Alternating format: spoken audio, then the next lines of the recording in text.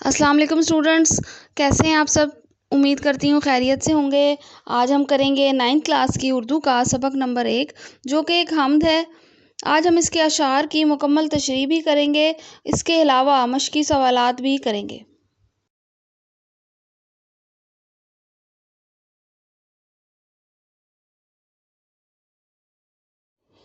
شعر نمبر 1 ہے: یہ زمیں یہ فلک ان سے آگے تلک، جتنی دنیائیں ہیں سب میں تیری جھلک، سب سے لیکن جدا اے خدا اے خدا۔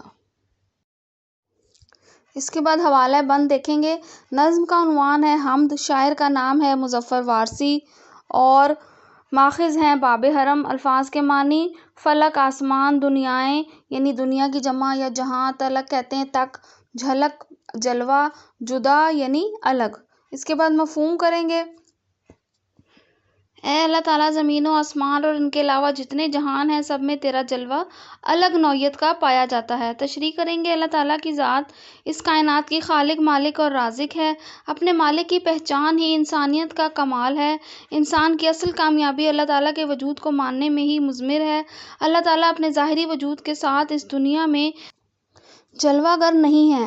قرآن پاک میں واضح کیا گیا ہے کہ انسانی آنکھیں میرے وجود کا ادراک نہیں کر سکتیں، اس لیے ظاہری و باطنی ذرائع علم اللہ تعالیٰ کے وجود کا ادراک کرنے سے قاصر ہیں۔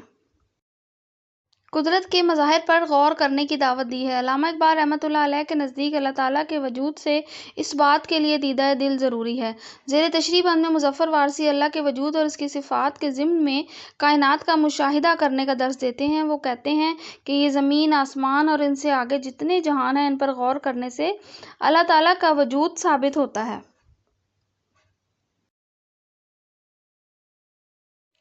شعر نمبر 2 کریں گے۔ ہر سحر پھوٹتی ہے نئے رنگ سے، سبزہ و گل کھلیں سینہ سنگ سے، گونجتا ہے جہاں تیرے آہنگ سے، جس نے کی جستجو مل گیا اس کو تو، سب کا تو رہنما اے خدا اے خدا۔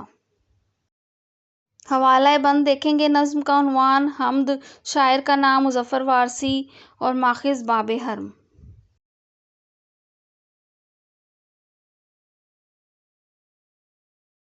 سب سے پہلے مشکل الفاظ کے معنی کریں گے۔ سحر یعنی صبح، سینہ چاک سینہ سنگ پتھر کا سینہ، جستجو یعنی تلاش، سبزہ و گل کھیتی اور پھول، آہنگ کہتے ہیں سر کو، رہنما یعنی رہبر یا راستہ دکھانے والا۔ مفہوم کریں گے۔ اے اللہ تعالیٰ، تو ہر صبح نئے انداز سے طلوع کرتا ہے، پتھروں کے اندر سے تو سبزہ اور پھول اگاتا ہے، پوری دنیا تیرے نغمے گاتی ہے، جو شخص تیری تلاش میں نکلتا ہے وہ تجھے پا لیتا ہے، سب کا راہبر اور راستہ دکھانے والا صرف تو ہے۔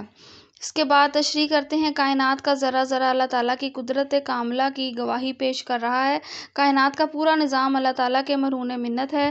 بظاہر خلوت کی تمام رنگینیاں اللہ تعالیٰ کے ہونے کا اقرار کرتی ہیں۔ شاخ کلی میں پھول مہک میں اور چمک میں پنچھی کی، جس کی ہر تفسیر میں تو ہے، جڑ سے ثمر تک دیکھ لیا۔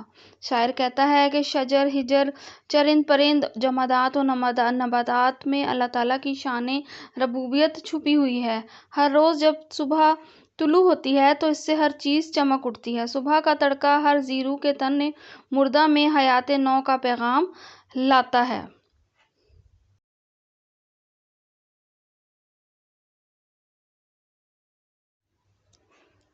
ہر روز جب صبح طلوع ہوتی ہے تو اس سے ہر چیز چمک اٹھتی ہے۔ صبح کا تڑکا ہر زی روح کے تن مردہ میں حیات نو کا پیغام لاتا ہے۔ صبح کی روشنی سے تمام درخت اور کھیتیاں ہری بھری نظر آتی ہیں اور ان پر نوخیز کلیاں چٹک کر پھول بنتی ہیں اور درختوں پر پھل رسیلے ہوتے ہیں۔ اللہ تعالیٰ اپنی شان کاملہ سے پہاڑوں کے دامن سے میٹھے پانی کے چشمے نکالتا ہے اور سخت پتھروں سے سبزہ اگاتا ہے۔ جب نسیم سحر کے جھونکے چلتے ہیں تو پورا جہاں تیری حمد و ثنا میں گونج اٹھتا ہے۔ بلبل و مینا کے سریلے نغموں سے لے کر بلند و بالا پہاڑوں کی چوٹیاں تیری عظمت و کبریائی کے گن گاتی دکھائی دیتی ہیں۔ اللہ تعالیٰ کی ذات انسان کی آنکھ سے اوجھل ضرور ہے، لیکن اللہ تعالیٰ حق کے متلاشیوں سے دور نہیں ہے۔ قدرت اپنے راز ان پر منکشف کر دیتی ہے۔ جب انسان معبود حقیقی کی تلاش میں قدم آگے بڑھتا ہے تو وہ ذات 7 قدم آگے بڑھ کر اس کا استقبال کرتی ہے۔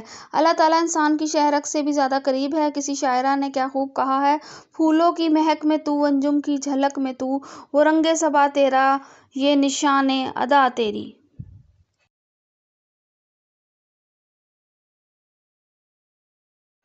جی اسٹوڈنٹ، شعر نمبر 3 کریں گے۔ ہر ستارے میں آباد ہے ایک جہاں، چاند سورج تیری روشنی کے نشاں، پتھروں کو بھی تو نے عطا کی زباں، جانور آدمی کر رہے ہیں سبھی تیری حمد و ثنا، اے خدا اے خدا۔ حوالہ بند وہی، نظم کا عنوان حمد، شاعر کا نام مظفر وارثی، جبکہ ماخذ ہیں باب حرم۔ اس کے بعد مشکل الفاظ کے معنی کرتے ہیں۔ الفاظ معنی ہیں: جہاں یعنی دنیا، عطا کرنا بخشنا، نشاں علامت، سبھی یعنی تمام، اس کے بعد ہے حمد و ثنا تعریف۔ مفہوم کریں گے: ہر ستارے میں ایک جہاں آباد ہے، سورج اور چاند اللہ تعالیٰ کی روشنی کے نشان ہیں، اللہ تعالیٰ نے پتھروں کو بھی زبان بخشی ہے، جانور اور آدمی سب اللہ تعالیٰ کی تعریف کرتے ہیں۔ تشریح کرتے ہیں۔ اس بند میں مظفر وارثی اللہ تعالیٰ کی مزید نشانیوں کی طرف انسان کی توجہ مبذول کرواتے ہیں کہ جن کو اللہ تعالیٰ کی معرفت نصیب ہو جاتی ہے وہ اپنے خالق حقیقی کی تعریف و توصیف بیان کرتے ہیں۔ زیر تشریح اشعار میں شاعر نے عالم فلکیات کے کئی سربستہ رازوں کی طرف اشارہ کیا ہے۔ ستارے میں کسی ذی روح شے کا وجود ممکن نہیں ہے، لیکن ماہرین فلکیات کے نزدیک ہر ستارے کے اندر ایک پوری کائنات چھپی ہوئی ہے۔ ستاروں کی جسامت، تعداد، ان کا آپس میں فاصلہ، ان کی روشنی کا زمین تک پہنچنا، رنگت، کیمیائی تشکیل وغیرہ ایسے سوالات ہیں جن کو پڑھ کر اللہ کی عظمت و کبریائی کا اعتراف ہوتا ہے۔ جب انسان کو معلوم ہوتا ہے کہ ہماری کہکشاں کا ایک ایک ستارہ زمین سے ہزاروں گنا بڑا ہے اور ایسے اربوں ستارے فضا میں معلق ہیں، تو یہ چیز انسان کو ورطہ حیرت میں ڈال دیتی ہے اور عقل سلیم کا حامل شخص ان کے خالق کا اعتراف کیے بغیر نہیں رہ سکتا۔ چاند اور سورج اللہ تعالیٰ کی قدرت کی نشانیاں ہیں۔ لاکھوں میل کی مسافت کے باوجود سورج پوری دنیا کو روشن کرتا ہے۔ سورج کا یہ فعل اپنے خالق کے وجود کی ایک بڑی دلیل ہے۔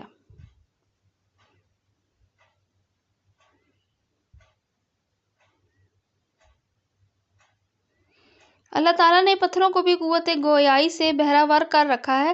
پہاڑوں کی چوٹیوں سے بہتا پانی اپنی زبان حال سے معبود حقیقی کا پیغام دیتا ہے۔ بند کلی کا چٹک کر پھول بننا اور ارد گرد کے ماحول کو معطر کرنا کسی کے ہونے کی بشارت دیتا ہے۔ جانور اور انسان سب اللہ تعالیٰ کی تعریف و توصیف کرتے ہیں۔ جانور، چرند پرند، انسان، سورج، چاند، ستارے، پہاڑ، دریا اور ندیاں ایک نظام اور اصول کے پابند ہیں۔ سورج کا ایک مخصوص وقت میں طلوع ہونا اور ایک مقررہ راستے سے چل کر غروب ہونا اللہ تعالیٰ کی تعریف کا ہی ایک پہلو ہے۔ گویا پوری کائنات اپنے خالق حقیقی کے گن گانے میں مصروف ہے۔ شعر نمبر 4 کریں گے۔ سونپ کر منصب آدمیت مجھے، تو نے بخشی ہے اپنی خلافت مجھے، شوق سجدہ بھی کر اب عنایت مجھے، خم رہے میرا سر تیری دہلیز پر ہے یہی التجا، اے خدا اے خدا۔ حوالہ بند وہی ہوگا۔ اس کے بعد مشکل الفاظ کے معنی کریں گے۔ سونپ کر، دے کر، خلافت یعنی نیابت، شوق سجدہ جھکنے کا شوق یا سجدہ کرنے کا شوق۔ اس کے بعد ہے التجا یعنی درخواست یا گزارش۔ منصب آدمیت کہتے ہیں آدمی ہونے کا مرتبہ۔ عنایت یعنی عطا کرنا، خم جھکا، دہلیز کہتے ہیں چوکھٹ کو۔ مفہوم ہوگا: اے اللہ، تو نے مجھے آدمیت کے عہدے پر فائز کر کے اپنی نیابت عطا کی ہے، اب مجھے سجدہ کرنے کا ذوق بھی عطا کر دے تاکہ میری جبیں تیرے حضور جھکی رہے، بس میری یہی گزارش ہے۔ تشریح ہوگی: اس بند میں تلمیح کی صنعت استعمال ہوئی ہے۔ شاعر تاریخ اسلام کے اس واقعے کی طرف توجہ دلا رہا ہے کہ جب اللہ رب العزت نے زمین پر اپنا نائب مقرر کرنا چاہا تو اللہ تعالیٰ نے حضرت آدم علیہ السلام کی تخلیق فرمائی۔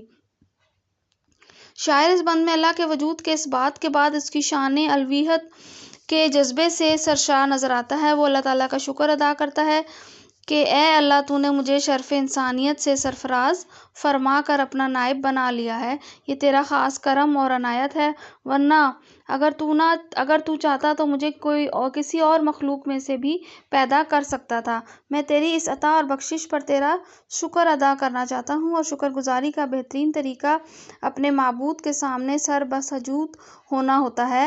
میں ایک بندہ ناتواں ہوں، تیری توفیق کے بغیر کچھ نہیں کر سکتا، لہٰذا اب مجھے اپنی بارگاہ سے ذوق سجدہ اور لذت سجدہ بھی عطا فرمانا تاکہ میں تیرا شکر ادا کر سکوں۔ اب میری غنا اور آرزو یہی ہے کہ میرا سر ہمیشہ تیری چوکھٹ پر جھکا رہے۔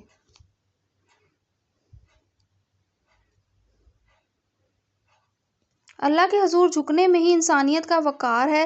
جو سر اللہ کے حضور جھک نہیں سکتا، اس میں غرور اور تکبر ہوتا ہے۔ ایسی رعونت اللہ تعالیٰ کو قطعاً ناپسند ہے۔ شاعر نے اس بند میں اللہ سے مانگنے اور طلب کرنے کی اعلیٰ مثال قائم کی ہے۔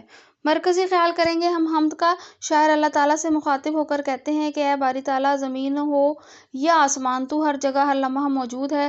بلا شبہ جو شخص خلوص دل سے تجھے ڈھونڈتا ہے پا لیتا ہے۔ یہ کائنات تیری تخلیق ہے، اس لیے ہر شے میں اپنی زبان حال سے تیری ثنا کرتی نظر آتی ہے۔ میری التجا ہے کہ جہاں تو نے انسان کو اپنی خلافت عطا کی ہے، وہاں مجھے بھی شوق سجدہ عطا کر۔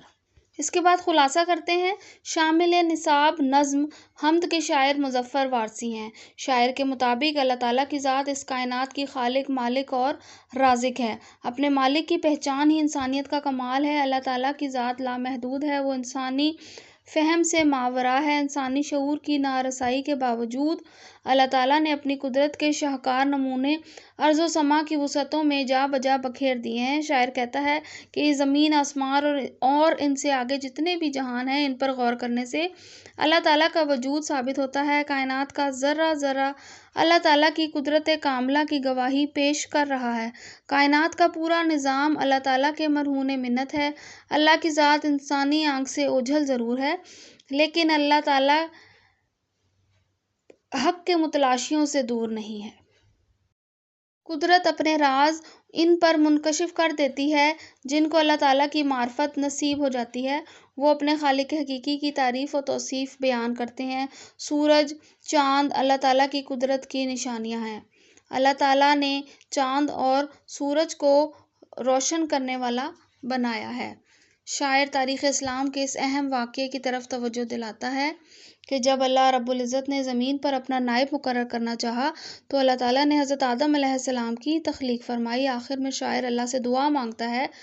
اس دعا سے شاعر کی اسلامی تعلیمات سے واقفیت کا بھی پتہ چلتا ہے۔ شاعر نے براہ راست اللہ سے دعا کرنے کی بجائے پہلے اللہ تعالیٰ کی مختلف صفات کو گنوایا ہے، آخر میں اللہ سے اپنی دلی تمنا کا اظہار کیا ہے۔ مشق کریں گے۔ حمد کے متن کے مطابق لفظ لے کر مصرعے مکمل کریں۔ الف ہوگا گونجتا ہے جہاں تیرے آہنگ سے، بے ہوگا ہر ستارے میں آباد ہے ایک جہاں۔ اس کے بعد جیم ہے پتھروں کو بھی تو نے عطا کی زباں۔ اس کے بعد ہے سونپ کر منصب آدمیت مجھے۔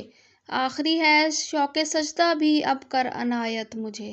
اس کے بعد حمد کے متن سے متعلق نیچے دیے گئے سوالوں کے مختصر جواب لکھیں۔ سوال نمبر الف ہے، شاعر کے نزدیک دنیا میں ہر سحر کس رنگ میں پھوٹتی ہے؟ جواب ہوگا، شاعر کے نزدیک دنیا میں ہر سحر ایک نئے رنگ ڈھنگ میں پھوٹتی ہے۔ اگلا سوال کریں گے، یہ جہان ہر دم کس کے آہنگ سے گونجتا ہے؟ جواب ہوگا، یہ جہاں ہر دم اللہ تعالیٰ کے آہنگ سے گونجتا ہے، یعنی اس کائنات کی ہر چیز اللہ تعالیٰ کی حمد و ثنا میں مصروف ہے۔ حیوانات اور جمادات کس کی حمد و ثنا کرتے ہیں؟ جواب ہمیں معلوم ہے، حیوانات اور جمادات ہر وقت اللہ تعالیٰ کی حمد و ثنا کرتے ہیں۔ اگلا سوال دیکھیں گے، اللہ تعالیٰ نے اپنی خلافت کا منصب کسے عطا کیا ہے؟ تو جواب ہوگا، اللہ تعالیٰ نے اپنی خلافت کا منصب اپنے بندوں کو عطا کیا ہے۔ آخری سوال کریں گے، شاعر باری تعالیٰ سے شوق سجدہ کا طلبگار کیوں ہے؟ جواب ہوگا، اللہ تعالیٰ نے اپنی رحمت سے شاعر کو آدمی بنا کر اپنی خلافت کا تاج اس کے سر پر رکھا ہے۔ اس انعام پر شاعر اللہ تعالیٰ کا شکر ادا کرتا ہے اور سجدے کا شوق طلب کرتا ہے۔ اس کے بعد حمد کے مطابق کالم الف میں دیے گئے الفاظ کو کالم بے کے متعلقہ الفاظ سے ملائیں گے۔ یہ آپ کے سامنے کالم الف اور کالم بے بنے ہوئے ہیں، اس کو آپ دیکھ لیجیے۔ سوال نمبر 4 ہوگا، اعراب لگا کر درست تلفظ واضح کریں۔ فلک، آدمیت، سحر، منصب، جستجو، شوق سجدہ، خلافت، سبزہ و گل۔ یہ آپ کے ساتھ اعراب موجود ہیں، انہیں آپ دیکھ لیجیے۔